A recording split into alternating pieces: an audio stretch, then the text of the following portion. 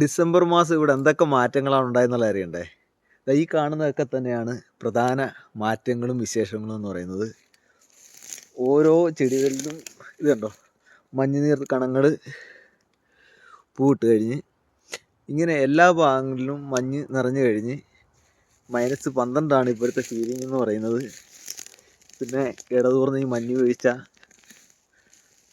സൂര്യനെ കാണാതെ കണ്ടുള്ള പകലുകൾ, അങ്ങനെ നീണ്ടുപോകുന്നു ഡിസംബർ മാസത്തെ വിശേഷങ്ങൾ. തണുപ്പ് കൂടിക്കൊണ്ടിരിക്കുകയാണ്. ഒരു 30-35 വരെയൊക്കെ തണുപ്പ് ഇവിടെ പോകുന്ന സ്ഥലമാണ്. ഇപ്പോൾ ഉള്ളത് 12, -12 ഇപ്പം. നമ്മൾ -12 ഇപ്പോൾ സഞ്ചരിച്ചുകൊണ്ടിരിക്കുന്നത്.